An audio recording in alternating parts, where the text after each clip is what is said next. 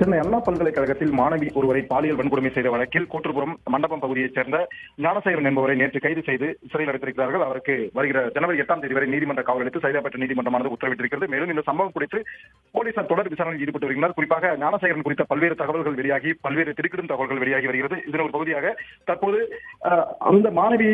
அந்த மாணவியோடு சேர்த்து அதற்கு இரு தினங்களுக்கு முன்பாக அதே கல்லூரியை சேர்ந்த மற்றொரு மாணவிக்கும் ஞானசேகரன் பாலியல் தொல்லை அளித்திருப்பதும் அவரை மிரட்டியிருப்பதும் தற்போது விசாரணையில் தெரிய வந்திருக்கிறது. குறிப்பாக கடந்த 21ஆம் தேதி இதே போன்று வேறொரு மாணவியையும் பாலியல் சென்றலில் ஈடுபட்டிருப்பதும் தற்போது விசாரணையில் தெரிய வந்திருக்கிறது. இவர் இது மட்டும் இல்லாமல் பலமுறை இவர் இதே போன்று அண்ணா பல்கலைக்கழகத்திற்கும் பின்புறத்தில் உள்ள மதில் சுவர் ஏரி குறித்து உள்ளே சென்றிருப்பதும் அங்கு மறைவான பகுதிகளில் தனியாக இருக்கும் ஆண் பெண் நண்பர்களிடத்தில் வீடியோ பதிவை எடுத்து வைத்துக் கொண்டு அவர்களை தொடர்ச்சியாக மிரட்டி வந்ததும் போலீசார் விசாரணையில் தெரிய வந்திருக்கிறது. இந்த நிலையில் தான் அவரது செல்போனில் இந்த வீடியோக்கள் மொத்தமாக போலீசார் அழைத்தவுடன் அவரது செல்போனில் இருந்த மொத்த வீடியோ மற்றும் புகைப்படங்களை அழைத்து சென்றிருக்கிறார். இந்த நிலையில் போலீசார் அவரது செல்போனை பறிமுதல் செய்து அதன் பின்னராக ஆய்வகத்துக்கு அனுப்பி விசாரணை செய்த போது இவர் மொபைலில் 5க்கும் மேற்பட்ட ஆபாச வீடியோக்கள் இருப்பதும் அதே போன்று பல எண்ணிக்கையிலான ஆபாச புகைப்படங்கள் இருப்பதும் தெரிய வந்திருக்கிறது. இந்த நிலையில் தான் இவர் தொடர்ச்சியாகவே இதுபோன்று கல்லூரி மாணவர்களுக்கு பாலியல் சென்றலில் ஈடுபட்டு வந்திருக்கும் தகவலானது தற்போது போலீசாருக்கு தெரிய வந்திருக்கிறது. இதனையடுத்து மொத்தம் எத்தனை மாணவிகளுக்கு இவர் பாலியல் தொல்லை அளித்திருக்கிறார் என்பது குறித்தும் அதே போன்று இவர் வழிப்பறி சம்பவங்களில் ஈடுபட்ட போதெல்லாம் இவர் அங்கு வழிப்பறி சம்பவத்தில் ஈடுபட்ட அங்கு இருக்கக்கூடிய பெண்களிடமும் இவர் பாலியல் சென்றலில் ஈடுபட்டிருக்கிறார்.